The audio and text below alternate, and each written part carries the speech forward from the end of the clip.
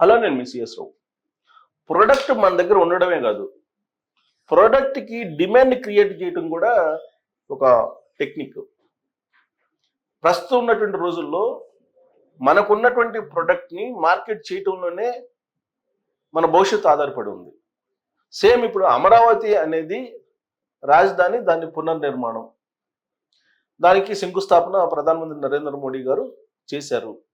సభ success అయ్యింది, సక్సెస్ఫుల్గా సభను ముగించారు. అయితే హోప్స్ చాలా ఎక్కువ క్రియేట్ చేశారు. ఇది ఈ సభకు ముందు ఈ సభలో ఏదో ఒక ఊహించినటువంటి అనౌన్స్మెంట్ ఉంటుంది నరేంద్ర మోడీ గారి దగ్గర నుంచి అనేటువంటి ఒక అభిప్రాయంతో వచ్చారు ప్రజల కన్నా కూడా ప్రత్యేకించి అమరావతి నిర్మాణం కోసం, అమరావతి రాజధాని కోసం స్వచ్ఛందంగా భూములు ఇచ్చినటువంటి రైతులు చాలా హోప్స్ పెట్టుకున్నారు నరేంద్ర మోడీ గారి పర్యటన మీద. ఒక స్పష్టమైనటువంటి ప్రకటన ఏదైనా వస్తుందేమో రాజధానికి సంబంధించి అనుకున్నారు. అందుకే చంద్రబాబు నాయుడు గారు భూములు ఇచ్చినటువంటి రైతులతో 2 రోజుల క్రితం రివ్యూ మీటింగ్ పెట్టినప్పుడు వాళ్ళు వ్యక్తం చేసినటువంటి అభిప్రాయం ఏంటంటే, రాజధానికి గెజిట్ లేదు ఇప్పటి వరకు, అలాగే చట్టబద్ధంగా అమరావతి రాజధానిని ఇప్పటి వరకు గుర్తించలేదు కేంద్ర ప్రభుత్వం, ఆ గుర్తింపు కావాలి అని చెప్పి అడిగారు. దాని మీద చంద్రబాబు నాయుడు గారు రెస్పాండ్ అయ్యారు కూడా రైతులకి. నరేంద్ర మోడీ గారితో నేను ప్రస్తావిస్తాను, చెప్తాను, పార్లమెంట్లో ఆమోదింపజేసేలాగా బైఫర్కేషన్ చట్టంలో ఉంది కాబట్టి దాన్ని బేస్ చేసుకొని పార్లమెంట్లో దాన్ని ఆమోదింపచేసేలాక నేను ప్రయత్నం చేస్తాను అని చెప్పి హామీ ఇచ్చారు రైతులకి.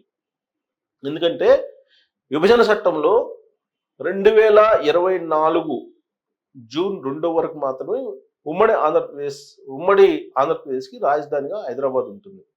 ఆ తర్వాత రాజధానిగా ఉండదు ఆంధ్రప్రదేశ్కి. ఈ లోపుగానే రాజధాని నిర్మాణం చేసుకోండి అని చెప్పి విభజన చట్టంలో పొందుపరిచారు. చట్ట ప్రకారం ముందే చేసుకోవాలి రాజధాని. అందుకే ఆ ప్రయత్నాలు చేశారు చంద్రబాబు నాయుడు గారు 2014 నుంచి 2019 వరకు. కాకపోతే 2019లో ప్రభుత్వం మారిపోవడంతో రాజధాని అమరావతికి అసలు ఉనికే లేకుండా పోయింది. దాంతో మళ్ళీ ఇప్పుడు పునర్నిర్మాణానికి శ్రీకారం చుట్టారు. పునర్నిర్మాణానికి సంబంధించి శ్రీకారం చుట్టినప్పుడు ఖచ్చితంగా దాని మీద ఎంతైతే బ్యాడ్ వచ్చిందో ఆ బ్యాడ్ అంతటిని ఓవర్కమ్ చేస్తూ గుడ్ విల్కి వెళ్ళాలి. అందుకే చంద్రబాబు నాయుడు గారు చాలా కష్టపడ్డారు దానికి మళ్ళా గుడ్ విల్ తీసుకురావడానికి. ఎందుకంటే ప్రాజెక్టు డైరెక్ట్గా ఎలాంటి అభ్యంతరాలు, ఆటంకాలు లేకుండా వెళ్తేనేమో గుడ్ విల్ వచ్చేస్తుంది. కానీ మధ్యలో దెబ్బతిన్నప్పుడు ఖచ్చితంగా గుడ్ విల్ మీద ఒక రకమైనటువంటి సెకండ్ థాట్ వస్తుంది.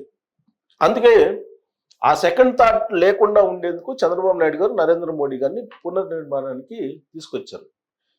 చాలామంది ఏమంటారంటే, అంటే కూటమి ఏతర నాయకులు లేదంటే కూటమి ఏతరగా సంబంధించినటువంటి అభిప్రాయం ఉన్నటువంటి వాళ్ళు చెల్లికి మళ్ళీ మళ్ళీ పెళ్ళి అన్నట్టుగా రాజధాని శంకుస్థాపనకు మళ్ళీ నరేంద్ర మోడీ గారు రావడం ఏంటి అనేటువంటి కామెంట్స్ వైఎస్ఆర్ కాంగ్రెస్ పార్టీ నుంచి అనేక మంది చేశారు. మళ్ళీ నరేంద్ర మోడీ గారిని తీసుకువచ్చి శంకుస్థాపన చేయించడానికి కారణం ఏంటంటే 2019 నుంచి 2024 మధ్యలో అమరావతి మీద వేసినటువంటి మచ్చలు వాటన్నిటినీ పక్కన పెట్టేసి వాటన్నిటినీ తుడుపుకొని గుడ్ విల్ సంపాదించుకోవాలి. ఆ గుడ్ విల్ రావాలంటే నరేంద్ర మోడీ గారు లాంటి వాళ్ళు ఖచ్చితంగా రావాలి. అందుకే వచ్చారు ఆయన.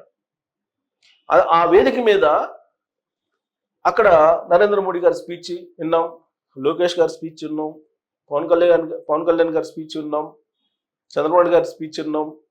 వీళ్ళందరూ స్పీచ్లు వింటే కనుక అమరావతి అన్స్టాపబుల్ అనేటువంటి అభిప్రాయం కలిగింది. అదే కావాలి చంద్రబాబు నాయుడు గారు కూడా. ఒక గుడ్ విల్ వస్తే తప్ప రాష్ట్రం మీద పారిశ్రామికవేత్తలు రారు, పెట్టుబడిదారులు రారు. డబ్బులు సంపాదించుకునే వాళ్ళు, పెట్టుబడులు పెట్టే వాళ్ళు ఊరికే రారు. వాళ్ళకి 10 రూపాయలు మిగులుతుంది అనుకుంటేనే వస్తారు. చంద్రబాబు నాయుడు గారిని చూసో, నరేంద్ర మోడీ గారిని చూసో రారు.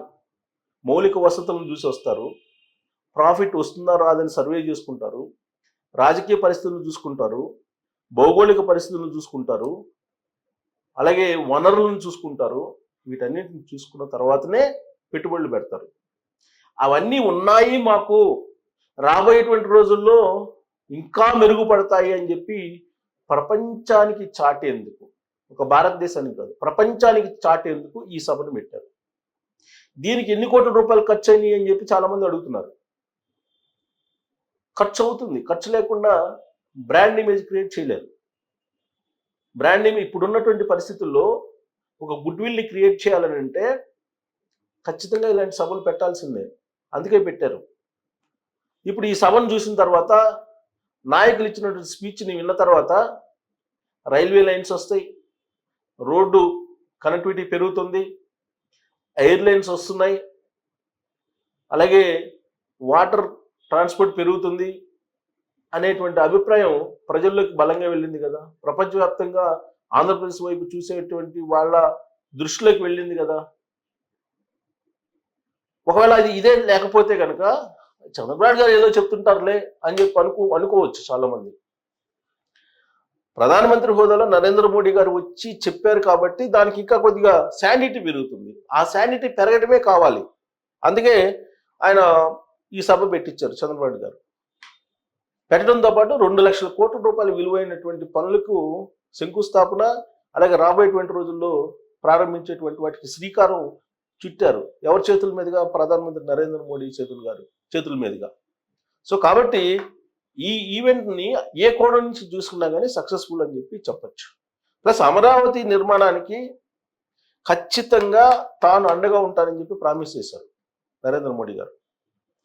గ్రోత్ ఇంజన్ రాబోయే రోజుల్లో భారతదేశానికి ఆంధ్రప్రదేశ్, అమరావతి అని చెప్పి ఆయన మాట్లాడారు.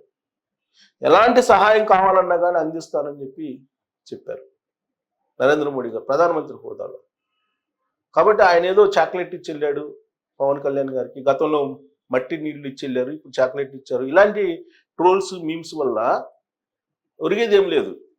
అమరావతి ప్రాజెక్టుని, లేదంటే అమరావతి రాజధాని నిర్మాణాన్ని, దాని గుడ్ విల్ని తగ్గించాలనుకునే ప్రయత్నం చేసే వాళ్ళు చేసే పనులు అవన్నీ. సో కాబట్టి ఇలాంటి కార్యక్రమానికి జగన్మోహన్ రెడ్డి గారు కూడా హాజరైతే బాగుండేది.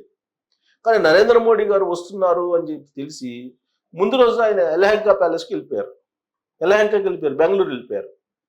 ఒక బాధ్యతాయుతమైనటువంటి నాయకుడిగా, ఒక పార్టీకి అధినేతగా, ఒక ఎమ్మెల్యేగా ఆయన ఈ సభకు రావాలి, వచ్చింటే బాగుండేది. మరి ఆయనకి ఎవరు సలహా ఇచ్చారో ఏమిటో తెలియదు. కానీ ఇది ప్రభుత్వ కార్యక్రమం.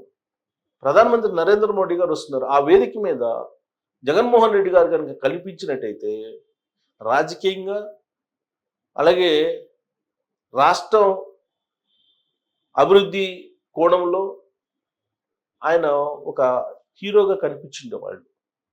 కానీ అక్కడ రాకపోవటం అనేది కొంత మైనస్. ప్లస్ రాబోయే రోజుల్లో అమరావతిని కాదంటారా జగన్మోహన్ రెడ్డి గారు? అమరావతిని కాదు అని చెప్పి 2019లో వెళ్ళే కదా దెబ్బతింది.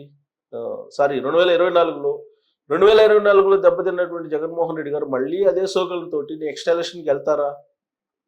ఇలాంటివన్నీ సందేహాలు ఇప్పుడు వస్తున్నాయి. అదే ఆయన అమరావతి ఇది ప్రభుత్వ కార్యక్రమం కాబట్టి, నరేంద్ర మోడీ గారు కూడా వస్తున్నారు కాబట్టి ఆయన కనుక పార్టిసిపేట్ చేసినట్టయితే దాని రేంజ్ వేరే లెవెల్లో ఉండేది పొలిటికల్గా.